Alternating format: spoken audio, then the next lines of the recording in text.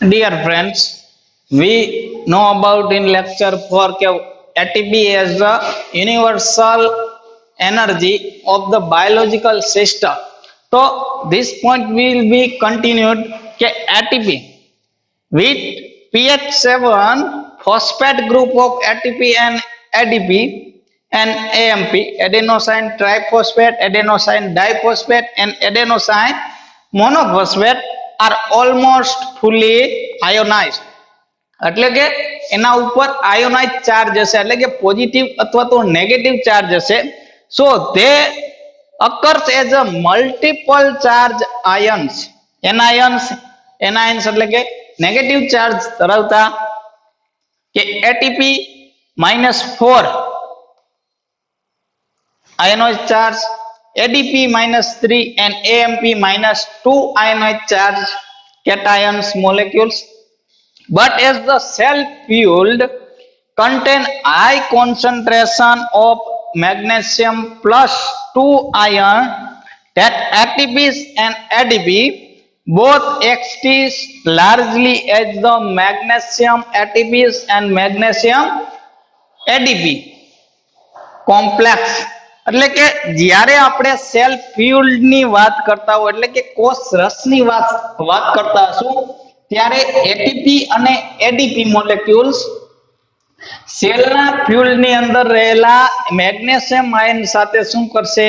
Complex form બનાવશે. અને complex form કેવું હશે? Mg-ATP-2 and Mg-ADP-1 charge complex molecules બનાવતા હશે. હવે ઇન ફોસ્ફેટ ટ્રાન્સફર, હવે જ્યારે ફોસ્ફેટ ગ્રુપનું ટ્રાન્સફર થતું હશે, તો reaction ATP participate at its complex form with magnesium. અહીંયા તમારી બુકમાં ચેન્જ કરી નાખજો કે અહીંયા Mn+2 આપ્યું, એની જગ્યાએ Mg+2 આપણે લખવાનું થશે. આ એનું કોમ્પ્લેક્સ સ્ટ્રક્ચર છે કે જી magnesium ion complex with the ATP, કે magnesium ion Mg+2, phosphate group 3 phosphate group, 1 ribose molecule and 1 adenine molecules bind with the ATP.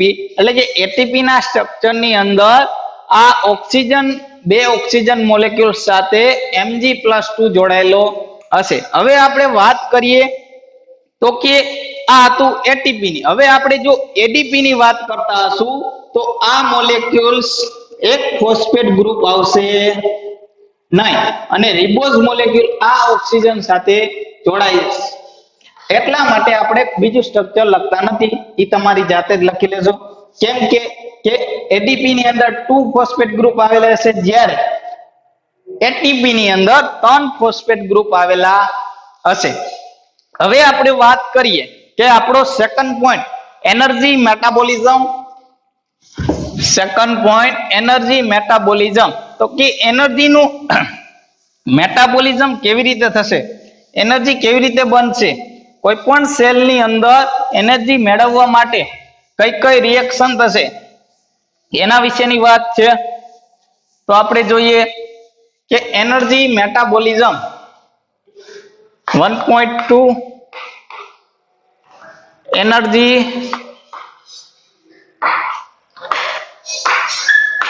Metabolism.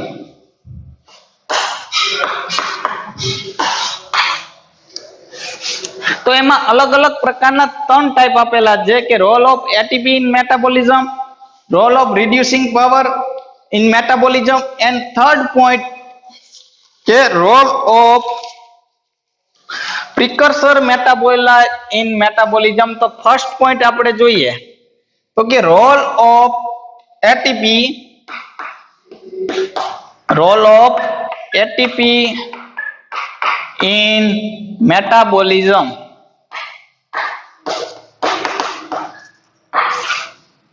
So many reactions are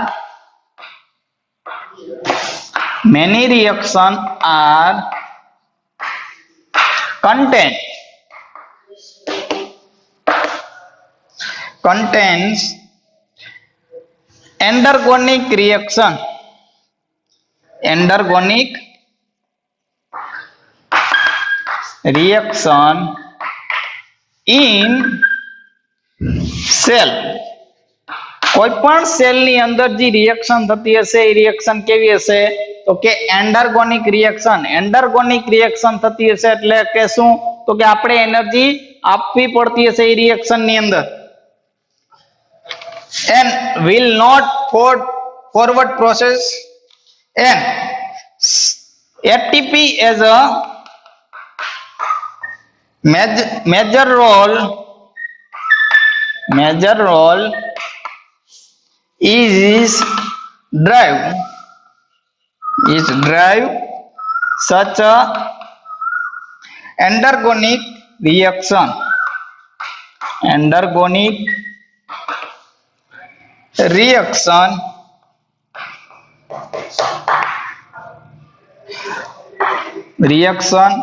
more to complication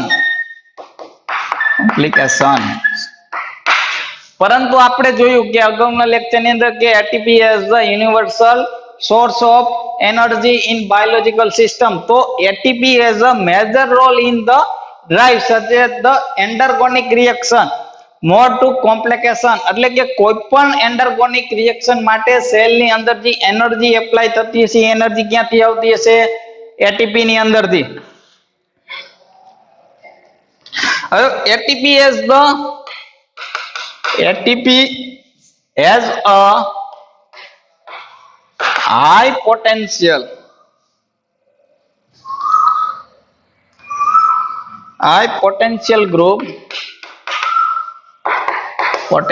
group which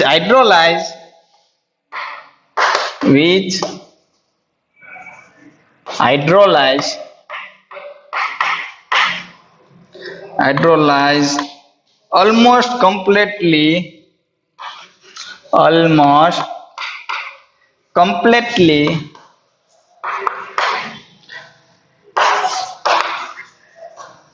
to the product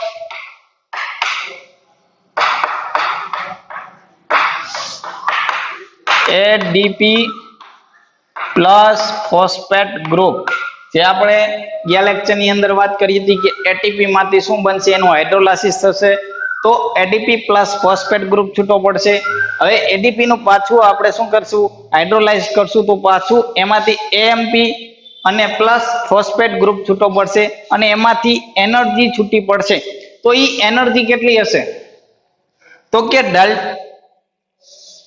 G0 is equal to -7.3 kilocalorie per mole કે 1 mall ની અંદરથી આપણે કેટલી energy મળશે કે -7.3 કિલોકેલરી minus આપ્યું એટલે કે ઈ એનર્જી મુક્ત થતી હશે કોઈ પણ રિએક્શન ની અંદર આ રિએક્શન આપણે વાત કરીએ તો કે એટીપી ની વાત કરીએ તો એમાંથી એડીપી પ્લસ ફોસ્ફેટ અને -7.3 કિલોકેલરી પર મોલ તો આ હતું એટીપી ને શું કામ હાઈ એનર્જી મોલેક્યુલ્સ કહેવામાં આવે તો કે એમાંથી આપણે 7.3 કિલોકેલરી પર મોલ એનર્જી મળે છે એટલા માટે આપણે એને હાઈ એનર્જી કમ્પાઉન્ડ પણ કહેવામાં આવે હવે ATP has the high phosphate group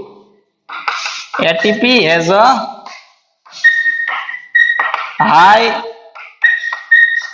phosphate group transfer potential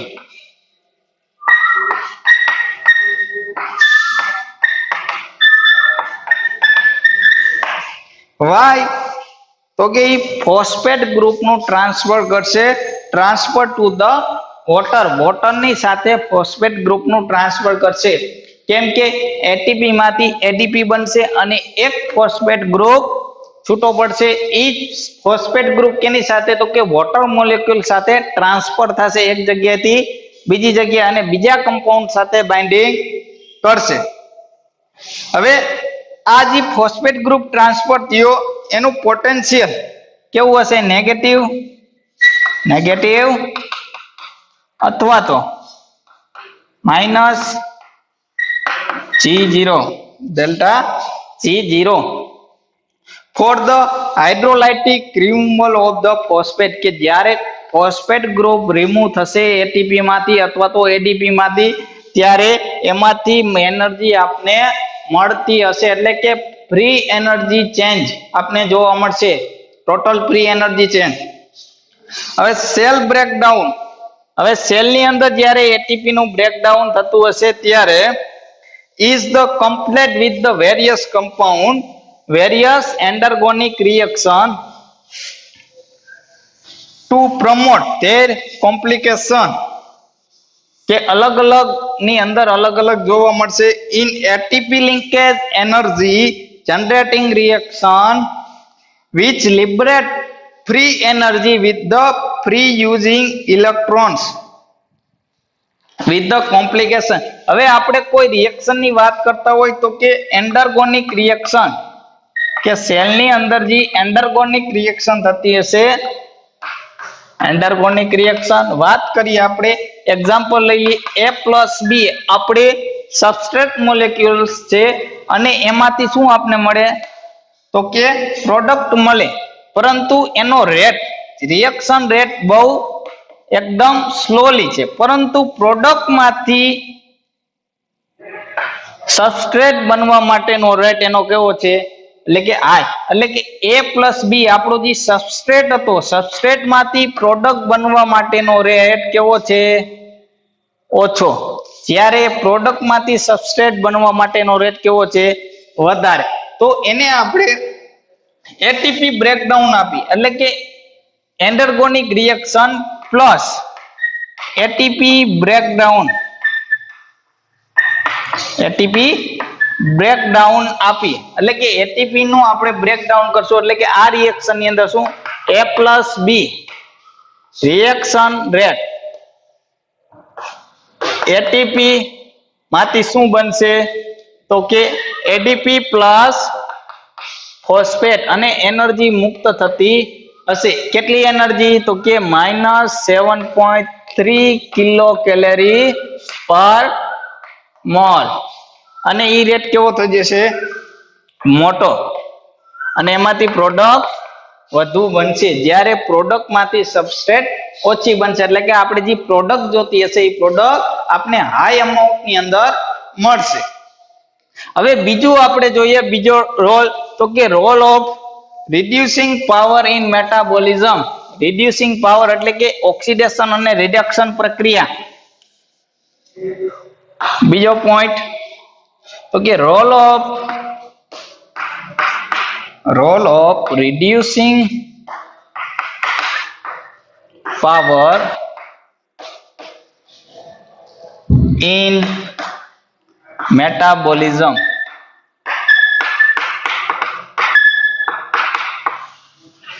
Role of reducing power. The free energy change are not only related to equilibrium rate, એટલે કે કોઈ પણ રિએક્શન થતી હશે એ રિએક્શન ઇક્વિલિબ્રિયમ રેટ ની અંદર થાય એવું જરૂરી નથી. તો કે અમુક સમયે chemical reaction but also to be equilibrium of oxidation and reduction reaction, પરંતુ chemical reaction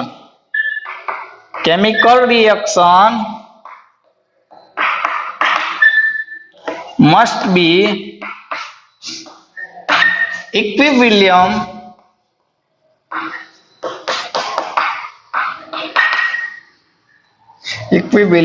of oxidation reduction reaction. એટલે કે કોઈ કેમિકલ રિએક્શન હશે, એ કેમિકલ રિએક્શન કેવી હશે તો કે ઓક્સિડેશન રિડક્શન અથવા તો રેડોક્સ, અને આપણે બીજું નામ શું કહી શકીએ, રેડોક્સ રિએક્શન થતી હશે. એટલે કે કોઈ પણ ઓક્સિડેશન સબસ્ટેન્ટ નું શું થશે, રિડક્શન થશે, અને રિડક્શન સબસ્ટેન્ટ નું ઓક્સિડેશન થશે, તો એને આપણે રેડોક્સ રિએક્શન પણ કહેવામાં આવે. Oxidation reduction reaction And oxidation reduction or redox reaction are those which the electron move from the donor. એટલે કે આમાંથી શું થશે કે ઇલેક્ટ્રોન ડોનર થશે. એટલે કે this reaction will be electron donor. એટલે કે ઇલેક્ટ્રોન આપતા હશે કોઈ પણ રિએક્શન ની અંદર. The reducing agent or reductant to electron acceptor. હવે ઇલેક્ટ્રોન ડોનર તરીકે કોણ? તો કે oxidation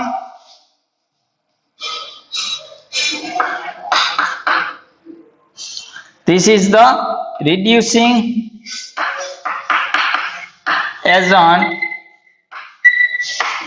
will be electron donor and electron acceptor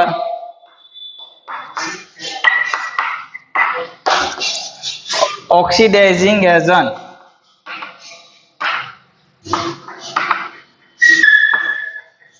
કે કોઈ પણ રિએક્શન ની અંદર જે રેડોક્સ પ્રક્રિયા થતી હશે એ રેડોક્સ રિએક્શન ની અંદર એક સબસ્ટન્ટ કેવો હશે? ઇલેક્ટ્રોન ડોનર તરીકે વર્ક કરતો હશે અને એક સબસ્ટન્ટ ઇલેક્ટ્રોન એક્સેપ્ટર તરીકે વર્ક કરતો હશે. હવે જે ઇલેક્ટ્રોન ડોનર હશે એને આપણે શું કહીએ? Reducing agent. અને જે ઇલેક્ટ્રોન એક્સેપ્ટ કરતો હશે, મેળવતો હશે, એને આપણે ઓક્સિડાઇઝિંગ એજન્ટ કહેવામાં આવે. સો ઓક્સિડન્ટ એટલે કે જે ઓક્સિડાઇઝિંગ જે ઇલેક્ટ્રોન મેળવે છે ઈ પ્લસ નંબર ઓફ ઇલેક્ટ્રોન્સ એટલે કે એનર્જી મળી will be convert into reductant. એટલે કે રિડક્ટન્ટ માંથી આપણે ઓક્સિડેશન અને ઓક્સિડેટન્ટ અને એનર્જી મળશે, ઇલેક્ટ્રોન મળશે. હવે જો આપણે વાત કરીએ કે આ બે સબસ્ટન્ટ આપણે ભેગા કરીએ એટલે કે oxidant plus number of electrons, તો આપણે શું મળશે? રિડક્ટન્ટ. એટલે કે આ પ્રક્રિયામાંથી આ પ્રક્રિયામાં કરવા માટે આ પ્રક્રિયા કેવી છે? તો કે એન્ડરગોનિક પ્રક્રિયા છે, endergonic reaction. And reductant to oxidant is the exergonic reaction. એટલે કે આમાંથી એનર્જી છૂટી પડે છે જ્યારે આમાં એનર્જી આપવી પડે છે. હવે આપણે વાત કરીએ the equilibrium constant for the reaction is called the equilibrium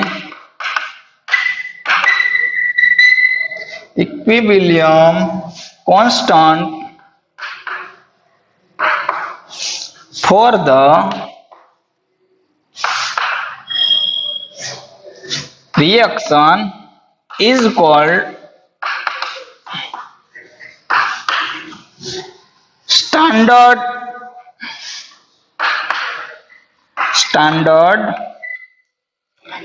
reduction potential. Standard reduction potential એની સંજ્ઞા છે કે એની સાઇન છે E0. E0 વડે એને દર્શાવવામાં આવે છે. કેને? તો કે standard potential. Standard reduction potential ને E0 દ્વારા દર્શાવવામાં આવે. હવે વહેર કે જ્યારે આપણે H+N2 ઇલેક્ટ્રોન્સ મેડમ કે જ્યારે આપણે હાઇડ્રોજન અને ઇલેક્ટ્રોન બનાવી એટલે કે હાઇડ્રોજન ગેસ બનાવતા હોય ત્યારે કે 2 moles of hydrogen ions plus 2 electrons will make a H2 and energy gone -42 volt. એટલે કે -0.42 વોલ્ટે આપણે આ રિએક્શન કરવી પડે in pH 7. In pH 7 pH એ આપણે આ રિએક્શન જોવા મળે. તો this is the 0.42 -0.42 is the standard reduction potential. So various type of reaction in a cell body is the standard electron potential, like nicotinamide and adenine dinucleotide NAD बात करिए आपणे निकोटाइड एडेनाइड dinucleotide NAD અને NADH ની વાત કરતા હોય ત્યારે એટલે કે સેલ બોડી ની અંદર જે રિડક્ટન્ટ તરીકે અથવા તો પોટેન્શિયલ તરીકે વર્ક કરે છે એની વાત કરીએ તો કન્સિડર ધ કેસ એટલે કે એવા કેસ ની અંદર of electron carrier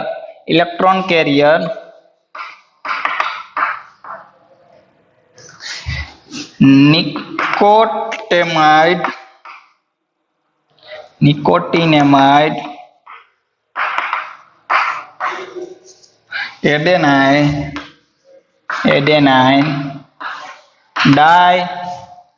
dinucleotide or NAD and NADH2 NADPH2 the nicotinamide adenine dinucleotide positive charge as the carrier કેમાં કેરિયર તો કે ઇલેક્ટ્રોન કેરિયર ની અંદર ઇલેક્ટ્રોન ના ટ્રાન્સફર કરવા માટે વપરાય તો NAD+ આ કેરિયર ની વાત તો NAD+ and NADH couples have a very negative E0 એટલે કે standard reduction potential and then for electron to many acceptor in અને this reaction electron acceptor will be oxygen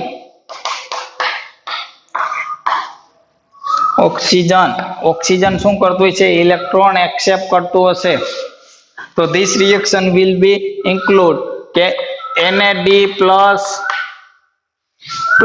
2 hydrogen ion plus 2 electrons ion will reaction remain NADH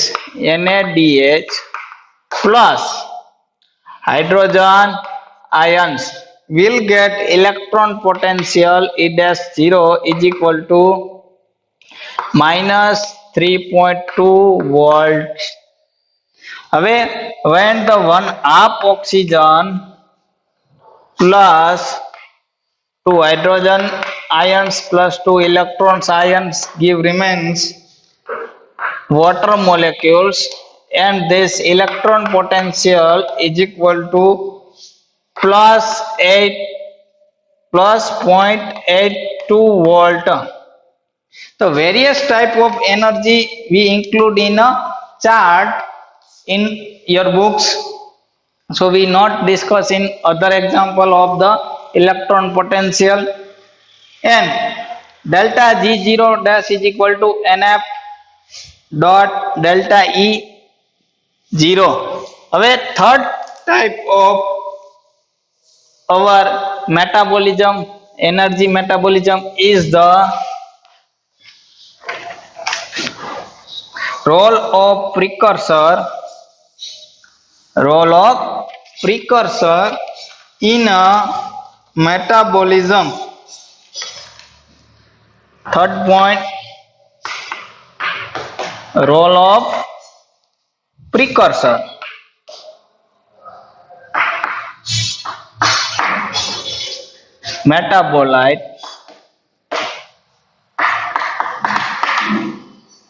Metabolites in metabolism. પ્રિકર્સર કોઈ પણ reaction ની અંદર ભાગ ધરાવતા ઘટકો અથવા તો substance which called a precursor. પ્રિકર્સર ની ડેફિનેશન તમે FY ની અંદર ભણી ગયા. The generation of the precursor metabolite is the critical step. શું તો કે generation of the precursor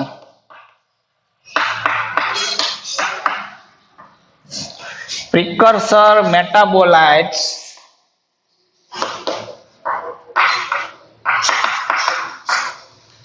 is a critical in anabolism. What is a anabolism and what is a catabolism? We discuss in chemistry in FY and SY. Also discuss in a FY micro syllabus કે anabolism reaction ની અંદર જ્યારે ભાગ ભરતા હશે ત્યારે કોઈ પણ પ્રિકર્સર વગર એ રિએક્શન થતી નહીં હોય એવી રિએક્શન ની અંદર એનાબોલિઝમ રિએક્શન પણ આપણે એને કહીએ. These precursor metabolites are a carbon skeletons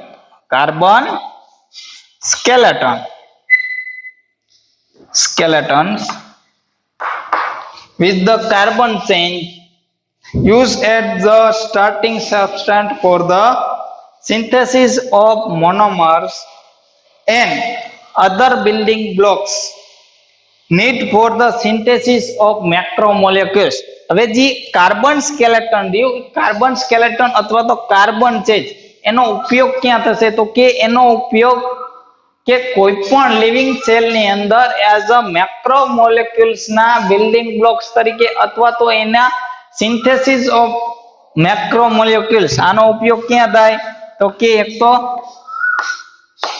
synthesis of micro or macromolecules and building blocks.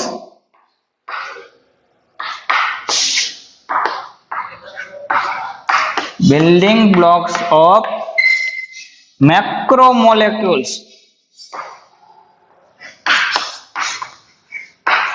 કોઈ પણ સબસ્ટન્સ બનવા માટે જે કાર્બન ઘટક જરૂરી હોય, કાર્બન ઘટકના જરૂરી માટે અથવા તો કોઈ પણ પ્રોટીન, કાર્બોહાઈડ્રેટ, લિપિડના મેડઅપ માટે માઇક્રો અથવા તો માઇક્રોમોલેક્યુલ્સના સિન્થેસિસમાં તથા એના બિલ્ડિંગ બ્લોક્સ તરીકે કાર્બન સ્કેલેટનનો ઉપયોગ થાય એઝ અ પ્રિકર્સર તરીકે કોઈ પણ રિએક્શનની અંદર. પ્રિકર્સર metabolites are the referred to the carbon skeleton because they are molecules that lack functional maturity such as the amino and sulfhydryl groups. These are added during the biosynthesis process. Biosynthesis process ની અંદર in biosynthesis એટલે કે જ્યારે આપણા બાયોસિન્થેસિસ pathway ચાલુ હશે એટલે કે કોઈ પણ પ્રોડક્ટ અથવા કોઈ એમિનો એસિડ કે એના મેડઅપ માટે મેક્રોમોલેક્યુલ્સના સિન્થેસિસ માટે જ્યારે રિએક્શન થતી હશે એ રિએક્શનમાં કાર્બન સ્કેલેટનનો ઉપયોગ થાય. એની સાથે બીજા કયા ઘટકનો? એક તો amino and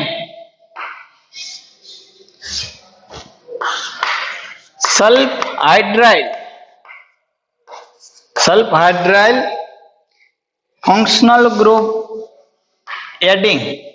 Why we adding the amino and sulfhydryl group? Which are lack functional maturity in the biosynthesis reaction. એટલે કે બાયોસિન્થેસિસ રિએક્શન ની અંદર આની મેચ્યોરિટી નહીં ગણાય એટલા માટે. And this will be role of precursor metabolite in metabolism we discuss in second chapter in fully detail.